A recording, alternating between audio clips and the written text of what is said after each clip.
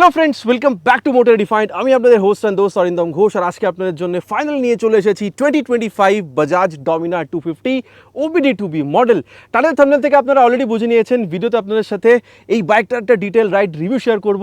কিন্তু যেহেতু OBD2B model কী কী এখানে চেঞ্জ হয়েছে, চেঞ্জের জন্য চালানোর টাইমে কী ফারাক পড়ছে, সেটা আপনাদের পর্যন্ত ডেফিনেটলি পৌঁছে দেবো। তার সাথে feature, specification, price, mileage everything in detail discussion করবো, সো দ্যাট ভিডিও এন্ড পর্যন্ত যেন আপনাদের পর্যন্ত আমি এইটুকু পৌঁছে দিতে পারি যে এই বাইকটাকে যদি কম্পিটিশনের সাথে কম্পেয়ার করা হয়, কেনা এই বাইকটা আপনার জন্য কতটা ঠিক হতে পারে। And very special thanks to MS Bajaj Naihati for providing me this bike, যাতে আমি আপনাদের পর্যন্ত এই রিভিউটা পৌঁছে দিতে পারি। ওয়েস্ট বেঙ্গলের হাওড়া হুগলি কলকাতায় যদি আপনি থাকেন, কোনো রকমের যদি আপনি এখানে বাজাজের প্রোডাক্ট কিনতে চান, শোরুমকে আপনি কন্ট্যাক্ট করতে পারেন। ডিটেলসটা অলরেডি আপনারা নিজেদের স্ক্রিনে দেখে নিয়েছেন। তবে চলুন দেরি না করে শুরু করা যাক। তবে বন্ধুগণ, প্রতিটা ভিডিওর মতো রিভিউ স্টার্ট করবো উইথ ওয়াক অ্যারাউন্ড। আর সব থেকে প্রথমে আপনাদেরকে আমি কিটা দেখাবো। দেখুন, ডমিনারের লোগোর সাথে ওয়েব কি আমরা আগেও পেতাম, OBD2A ইঞ্জিনের সাথে যখন আমরা এই বাইকটা পেতাম, আর OBD2B ইঞ্জিন যখন পাচ্ছি তখন কিন্তু আমরা সিমিলার কি পাচ্ছি। সো চেঞ্জ এখানে হয়নি, কিন্তু এটা 2025-এর OBD2B মডেল।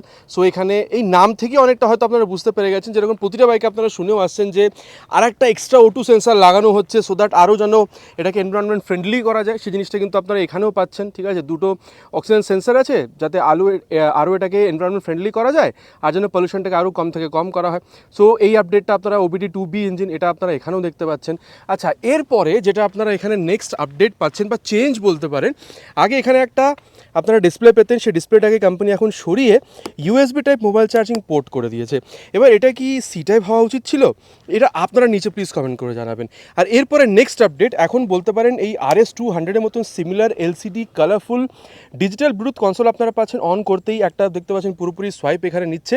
তারপরে এখানে ট্যাকোমিটার বা বলতে পারেন যে RPM মিটার, সেটা এখানে আছে। তারপরে বলতে পারেন time, gear position sensor, speedometer. তারপরে বলতে পারেন এখানে তিনটে আপনারা যে ABS মোড, সেটা কিন্তু আপনারা এখানে পেয়ে যাবেন। তারপরে যদি আপনারা এখানে অফরোড মোডে এখানে নিয়ে আসেন, দেখুন এখন রোড মোডটা কিন্তু এখানে সিলেক্ট হয়ে আছে। এই বাটনগুলোকে যদি আমি দুবার করে প্রেস করি, তাহলে রোড থেকে রেনে আসবে, রেন থেকে অফরোডে যাবে। অফরোডে গেলে কিন্তু আরেকটা জিনিস অফ করতে পারবেন, যেটা কোম্পানি এখন এটাকে এক্সট্রা অ্যাড করেছে, সেটা হচ্ছে ট্র্যাকশন কন্ট্রোল সিস্টেম। ঠিক আছে, তার বাদে এটা যেহেতু ডিজিটালের সাথে ব্লুটুথ এনাবেলড, সো বলতে পারেন যে বাজাজের রাইট ক্যানের ট্যাপটাকে মোবাইলে ডাউনলোড ইনস্টল করে থ্রু ব্লুটুথ যদি এটার সাথে কানেক্ট করেন, তাহলে turn by turn navigation, call, SMS অ্যালার্টও কিন্তু আপনারা এখানে ইউজ করতে পারবেন। তার বাদে দেখতে পাচ্ছেন এখানে গিয়ার পজিশন সেন্সার, ট্রিপটা এখানে দেখাচ্ছে। এই বাটনটাকে যদি আমি এখানে ইউজ করি অ্যাভারেজ ফিউল ইকোনমির পরে, ঠিক আছে, এখানে বলতে পারেন এই যে এই জিনিসগুলো আপনাদের দেখিয়ে দেবে। ওয়ার্নিংয়ে যদি এন্টার করেন, এখানে লং প্রেস করে যদি ফিউল কম থাকে এখানে ফিউল ভরাতে বলবে। আর তারপরে সেটিংসে এন্টার করলে ক্লকটা দেখাবে। আর তারপরে এখানে ইনস্ট্যান্টেনিয়াস ফিউল ইকোনমি, ওডোমিটার দেখাচ্ছে। আর তারপরে এখানে ট্রিপ এর অ্যাভারেজ ফিউল ইকোনমি, আর ট্রিপ বির বলতে পারেন এখানে অ্যাভারেজ ফিউল ইকোনমি, এটা কিন্তু আপনারা এখানে দেখতে পেয়ে যাবেন। আচ্ছা, এরপর আরেকটা ছোট্ট এখানে জিনিস বলি, এই যে আপনারা দেখতে পাচ্ছেন জিনিসটা, এটাকে কিন্তু কোম্পানি এখানে হালকা চেঞ্জ করেছে। ঠিক আছে, আর তারপরে এখানে যদি আপনি এই সুইচ গ্যাসগুলো দেখেন, এটাও কিন্তু এই RS200-এর মতন অনেকটা আপনারা এখানে জিনিসটা বুঝতে পারবেন। আর এগুলো কিন্তু দেখতে পাচ্ছেন, এগুলো কিন্তু ব্যাকলিট। ঠিক আছে, সো যেই এখানে আপনারা অন করছেন, এটা কিন্তু এই যে ব্যাকলিট সুইচে, সেটা কিন্তু আপনারা এখানে বুঝতে পাচ্ছেন। আর এরপরে যেটা আপনাদেরকে আমি এখানে বলবো, ঠিক আছে, আপডেট এবার দেখুন চেঞ্জ হয়েছে। সো মানে এখানে অনেকগুলো জিনিস অ্যাড হয়েছে, অলরেডি বললাম আপনাদের কী কী অ্যাড হয়েছে। সো প্রাইসটাও নিশ্চয়ই বাড়া উচিত, আর প্রাইসটা বেড়েওছে। দেখুন, প্রথমে আপনাদের এটা বলে দিই, ওয়েস্ট বেঙ্গলের হিসেবে যদি আপনাদেরকে বলি, মোটামুটি কিন্তু এখানে 5000 রুপিস ইনক্রিজ হয়েছে। এবার এখানে ওভারঅল কী কী আপনারা এখানে জিনিস পাচ্ছেন, সেটা আপনাদের সাথে একবার ডিসকাস করি, তারপরে আপনাদেরকে আমি জানাবো যে এখানে এখন আপনারা অন রোড প্রাইস কত দেখতে পেয়ে যাবেন। দেখুন, সবথেকে প্রথমে যদি আমি এখানে কিটাকে অন করি, আগে যেরকম আমরা কমপ্লিট LED হেডল্যাম্পের সেট আপ পাচ্ছিলাম, এখনও আমরা পাচ্ছি। একবার ইগনিশনটাকে যদি আমি এখানে অন করে দিই, তাহলে এখন কিন্তু হেডল্যাম্পটাকে এখানে অন অফ করার জন্য এই সিস্টেমটাকে আপনারা এখানে কিন্তু একটা এই যে এখানে কিন্তু একটা আপনারা সুইচ পাচ্ছেন, দেখুন এই যে। আচ্ছা, আরেকবার এখানে অন করে দিই, এই দেখুন অন অফ করা যেতে পারছে। ঠিক আছে, তারপরে হাই বিম, লো বিম, পাস লাইটের জন্য এখানে এই যে সুইচটা আছে, high beam, low beam, and then এই যে পাস লাইট। ঠিক আছে, তো এরকম করে আপনারা এটাকে কিন্তু এখানে অপারেট করতে পারবেন। আর আগের মতন এখনও কিন্তু এখানে এই যে LED টার ইন্ডিকেটার সেম আপনারা পাচ্ছেন, কিন্তু এখনও কোম্পানি এখানে হ্যাজার্ড ল্যাম্পটা কিন্তু অ্যাড করেনি। উইন্ডশিল্ডটা যদি বলতে পারেন ডমিনার 400 লাগাতে চান, তাহলে কিন্তু এখানে আপনারা ওটাকে ইনস্টল করাতে পারেন, নাম্বার প্লেট লাগানোর জায়গা। আর তারপরে যদি দেখেন এখানে 37mm যেরকম আগে USD ফোক পেতাম, এখনও সেম পাচ্ছি। আর এখানে মাডগার্ডটা ফাইবারে যথেষ্ট ভালো। আর হ্যাঁ, কালার ব্যাপারটা আপনাদেরকে বলে দিই, আগেও যেরকম আমরা এই সিট্রাস রাশ কালার বা বলতে পারেন রেড বা স্পার্কলিং ব্ল্যাক কালার পেতাম, এখনও কিন্তু আমরা সিমিলার ওই তিনটে কালারই পাচ্ছি। যদি আপনার টায়ার দেখেন 100/80 সেকশনের tyre with 17 inches of alloy wheel, এটাও আমরা আগের মতন পাচ্ছি। ডুয়াল চ্যানেল ABS যেরকম আগে ছিল এখন আমরা এখানে সেম পাচ্ছি, এখানে কিন্তু কোনো চেঞ্জ হয়নি। আর তারপরে এখানে যদি আপনারা ব্রেক দেখেন 300 mm এর বড় একটা কিন্তু disc brake with this 4 piston ByBre caliper, এটাও আমরা পাচ্ছি। সো ওভারঅল এখানে টায়ার, ব্রেক, সাসপেনশন থেকে কীরকম কী ফিল সেটা আমরা আগে কিন্তু চালানোর টাইমে দেখবো। আর ইঞ্জিনের ব্যাপারটা অলরেডি বলেছি, OBD2B এখানে ইঞ্জিন এখন অ্যাড করা হয়েছে approximately 250cc single cylinder DOHC 4 valve liquid কুল ফিউল ইনজেক্টেড ইঞ্জিন আমরা পাচ্ছি। এই যে কুলেন্ট এখানে দেখতে পাচ্ছেন, আর এই যে রেডিয়েটারের যে সেটআপটা এখানে স্ট্রেট রেডিয়েটারের সেটআপটা, এটাও কিন্তু আপনারা এখানে পেয়ে যাবেন। দেখুন এখানে পাওয়ার সেটআপে কোনো চেঞ্জ হয়নি, 27 PS এর পাওয়ার, 23.5 Nm টর্ক, এগুলো সেম আছে।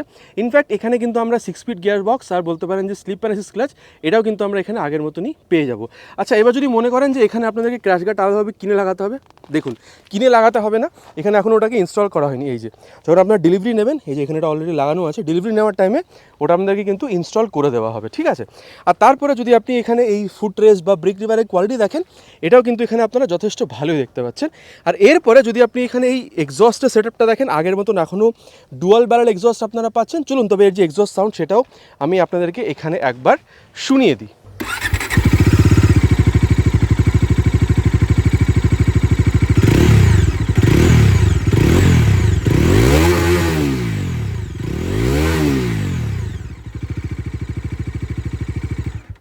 তবে এক্সস্ট সাউন্ড আপনারা শুনে নিয়েছেন, কীরকম আপনাদের লেগেছে নিচে কিন্তু প্লিজ কমেন্ট করে জানাবেন। রেয়ার সেকশনে কিন্তু আগের মতো এখনও বলতে পারেন এই যে LED টেল ল্যাম্প যেরকম পেতেন সেম পাচ্ছেন, ধরে বসার জন্য সুন্দর একটা গ্র্যাব হ্যান্ডেল দেওয়া আছে পিলিয়ানের জন্য। আর তারপরে ফ্রন্টের মতন সেম বলতে পারেন LED টার ইন্ডিকেটার, সেম ফ্লেক্সিবল বলতে পারেন। নাম্বার প্লেট লাগানোর জায়গা, সুন্দর একটা মাডগার্ড কাদামাটির থেকে বাঁচাবে। আর তারপরে নাম্বার প্লেট লাগানোর জায়গার উপরে কিন্তু এখানে একটা LED জ্বলছে রাতের টাইমে নাম্বার প্লেটটাকে ইলুমিনেট করার জন্য। তারপরে টায়ার যদি এখানে দেখেন 130/70 সেকশনের tyre with 17 inches of alloy wheel, ঠিক আছে। এবার এটা 140 হওয়া উচিত ছিল কিনা, এটা আপনারা নিচে কমেন্ট করে জানাবেন, ঠিক আছে।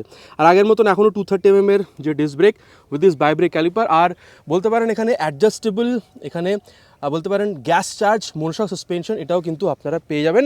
ফ্রন্টে 130 mm এর বলতে পারেন সাসপেনশন ট্রাভেল আছে, আর রেয়ারে এখানে বলতে পারেন মোটামুটি সাসপেনশন 110 mm পর্যন্ত সাসপেনশন ট্রাভেল আছে।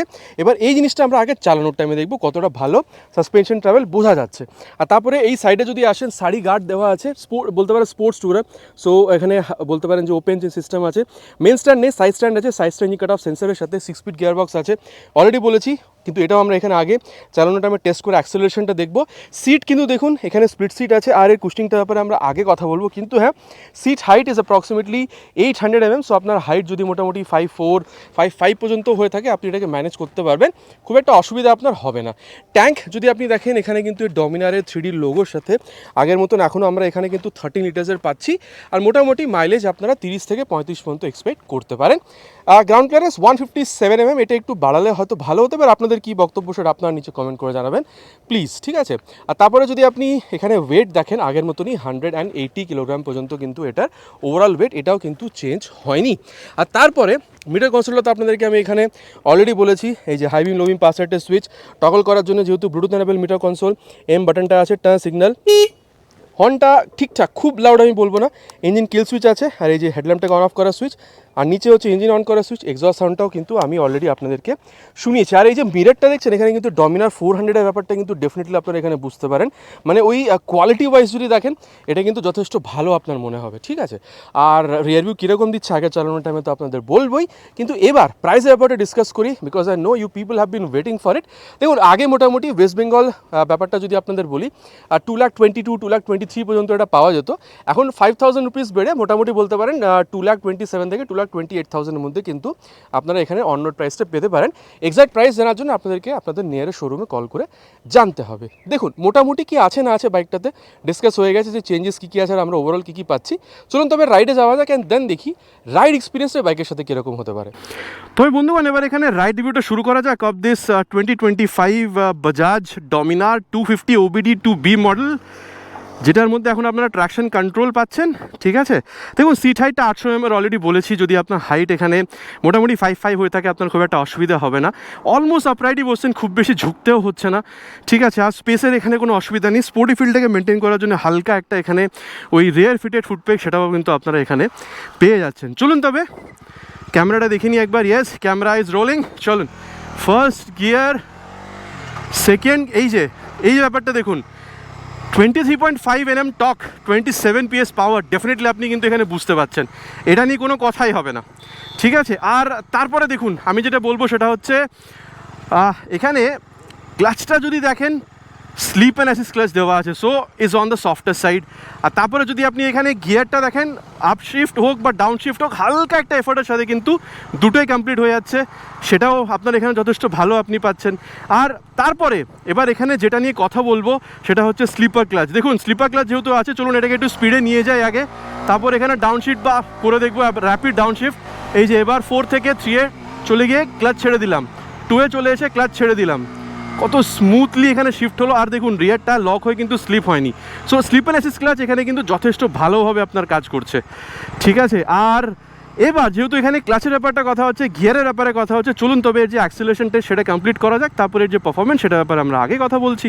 Will start with 3 horns already on first gear. বেশি টানবো না, জাস্ট এমনি নর্মাল একটা টেস্ট করে দেখবো যে OBD 2Bর জন্য অ্যাক্সিলারেশনে কোনো ফারাক পড়েছে কিনা, ঠিক আছে।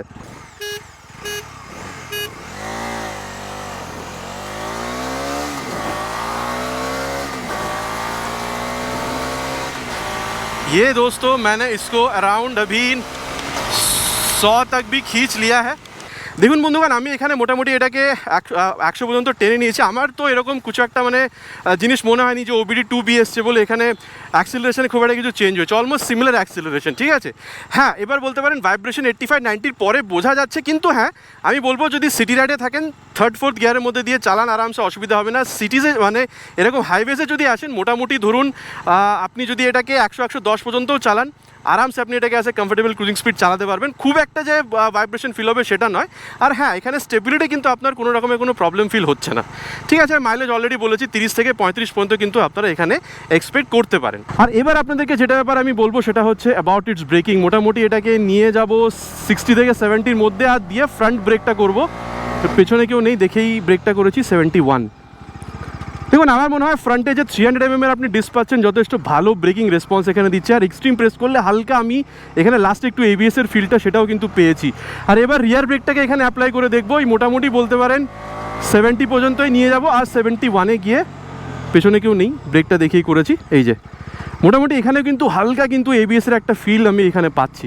আর ওভারঅল ব্রেক, চলুন তবে এটাকে আবার নিয়ে যাবো মোটামুটি 60 থেকে 70 পরে, তারপরে রিয়ার উইথ ফ্রন্ট ব্রেক একসাথে ইউজ করে দেখবো কীরকম হচ্ছে। এই যে 67-এ গিয়ে রিয়ার উইথ ফ্রন্ট ব্রেক, দেখুন আমার মনে হয় যথেষ্ট ভালো কিন্তু আমি এখানে ওভারঅল ব্রেকিং পাচ্ছি, ঠিক আছে, এটা নিয়ে কোনো কথা হবে না।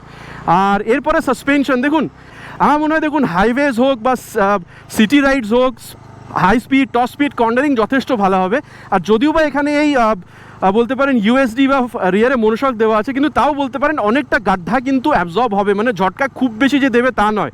যদি আপনি, যেহেতু এটা ট্যুরার বাইক, যদি আপনি এখানে কোনো সময় যদি ট্যুরিং করতে গিয়ে যদি হালকা একটা অফরোড প্যাচ পেয়েও যান কোথাও কোথাও, তাহলেও কিন্তু আপনার যে খুব একটা অসুবিধা হবে সেটা কিন্তু একদমই আমি বলবো না। So it was about suspension, ঠিক আছে। আর এবার যেটা বলবো সেটা হচ্ছে overall feel of this bike. এরকম যখন আপনি করছেন তখন কি কোনো রকমের আপনি এখানে কিছু কন্ট্রোল লুজ করছেন কি, সেটা একদমই কিন্তু আপনার এখানে ফিল হচ্ছে না, ঠিক আছে। কন্ট্রোল আপনি লুজ করছেন না। আর 180 কিলোগ্রাম ওয়েট কিন্তু খুব একটা আপনি এখানে বুঝতেও পাচ্ছেন না, ঠিক আছে। সো এটা একটা ব্যাপার ছিল। আর তারপরে দেখুন যেটা আমি আপনাদেরকে বলবো সেটা হচ্ছে রিয়ার ভিউ মিরর যথেষ্ট ভালো রিয়ার ভিউ দিচ্ছে, ঠিক আছে। প্রিমিয়ামনেস ব্যাপারটা কিন্তু এখানে আছে, speedo, auto, tacho, gear position sensor, ঠিক আছে। এখানে মোবাইল চার্জিং পোর্ট সব কিছু কিন্তু আমরা এখানে পেয়ে যাচ্ছি, এটা নিয়েও কিন্তু কোনো রকমের কোনো অসুবিধা আমাদের এখানে হচ্ছে না, ঠিক আছে। আর তারপরে দেখুন অলমোস্ট আপরাইট বসছেন, সিটের স্পেসটাও যথেষ্ট ভালো আছে। আর আমি যেটা বলবো সেটা হচ্ছে যে পিলিয়নের সাথে গেলেও আপনার এখানে কোনো রকমের অসুবিধা হচ্ছে না, ইনফ্যাক্ট আপনি লোডও ক্যারি করতে পারবেন বাইকের মধ্যে, ঠিক আছে। আর যেটা বলবো সেটা হচ্ছে অ্যাক্সিলারেশনে OBD 2B আসার জন্য কিন্তু খুব একটা ফারাক আপনার এখানে পড়ছে না। দেখুন সিটি রাইডে ইউজ করতেই পারেন, কিন্তু যেহেতু আপরাইট বসছেন, ঠিক আছে, স্পেসের কোনো অসুবিধা নেই, পিলিয়নের সাথে রাইড করতে পারছেন। স্পোর্টস ট্যুরার এরকম যদি হাইওয়েজে বেরিয়ে পড়েন তাহলেও কিন্তু আপনার এখানে কোনো রকমের কোনো অসুবিধা হচ্ছে না, ঠিক আছে। দেখুন মোটামুটি বাইকটার ব্যাপারে কি আছে না আছে ডিসকাস হয়ে গেছে, চলুন তবে যাওয়া যাক কনক্লুশন অ্যান্ড দেন দেখি যদি কম্পিটিশনের সাথেও কম্পেয়ার করে দেখেন বাইকটা, তাহলে বাইকটা কেনা আপনার জন্য এখানে কতটা ঠিক হতে পারে। তবে বন্ধুগণ এবার কনক্লুশনের ব্যাপারটা কথা বলা যাক যে বাইকটা কেনা কতটা ঠিক হবে। দেখুন ডিরেক্ট কম্পিটিশনে যদি দেখেন জিক্সার 250 আসছে বা বলতে পারেন ডিউক 250 আসছে, বা দেখুন আমি এখানে এক্সট্রিম 250-কে আনতে চাইছি না, বিকজ ওটা একটু স্পোর্টস টাইপের বেশি ফিলটা দেবে, ওই স্পোর্টস ট্যুরার ব্যাপারটা আপনি হয়তো এর তুলনায় খুব বেশি ওখানে পাচ্ছেন না। আর সো সেই জন্য আমি এখানে এক্সট্রিম 250 আর কে তুলনায় আনছি না। যদি আপনাদের কম্প্যারিজন প্রয়োজন হয় নিচে কিন্তু প্লিজ কমেন্ট করে জানাবেন, আমি চেষ্টা করবো আপনাদের জন্য কম্প্যারিজনটা আনার। কিন্তু দেখুন ডিউক হোক বা জিক্সার 250 তুলনায় যদি আপনি দেখেন, স্পেশালি জিক্সারের তুলনায় এখানে 10 থেকে 15,000 টাকা কম পে করছেন। ইনফ্যাক্ট যদি আপনি বলতে পারেন ডিউক 250 তুলনায় দেখেন তাহলে মোটামুটি আপনি 30-40,000 টাকা কিন্তু এখানে কম পে করছেন। দেখুন ওই দুটো বাইকও যথেষ্ট ভালো, ইনফ্যাক্ট এক্সট্রিম 250 আরও ভালো।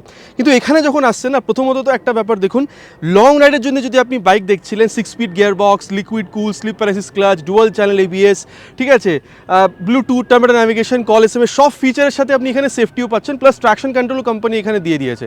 মাইলেজও যদি আপনার মোটামুটি 30-35 পর্যন্ত যদি আপনার স্যাটিসফ্যাকশন থাকে, ঠিক আছে, আমার মনে হয় যদি আপনি ফ্যামিলির সাথে রাইড করার জন্য একটা লিকুইড কুল 6 স্পিড গিয়ার বক্স বা খুঁজছিলেন, ঠিক আছে, আর উইথ গুড পাওয়ার, আমার মনে হয় 2025 বাজাজ ডমিনা 250 OBD2 মডেল আপনার জন্য কিন্তু একটা ভালো প্রোডাক্ট হতে পারে।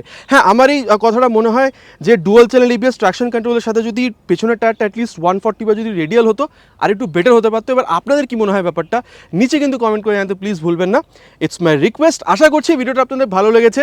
এবার আপনারা কিন্তু নিচে প্লিজ কমেন্ট করে জানাবেন এক্সট্রিম 250, জিক্সার 250, ডিউক 250 নাকি ডমিনা 250 আপনারা কোনটা কিনবেন। আশা করছি ভিডিওটা আপনাদের ভালো লেগেছে। যদি ভিডিওটা ভালো লেগে থাকে প্লিজ ভিডিওতে একটা লাইক, আর চ্যানেলে যেহেতু একদমই নতুন, যদি আপনি চ্যানেলে প্রথমবার এসে থাকেন প্লিজ চ্যানেলটাকে সাবস্ক্রাইব করে বেল বাটনটা অলে হিট করতে ভুলবেন না। আগেন ইটস মাই রিকোয়েস্ট, খুব তাড়াতাড়ি আপনার সাথে দেখা হবে চ্যানেলে এরকম একটা ভিডিওতে বাইক বা স্কুটারের সাথে। Till then ride safe and জয় হিন্দ।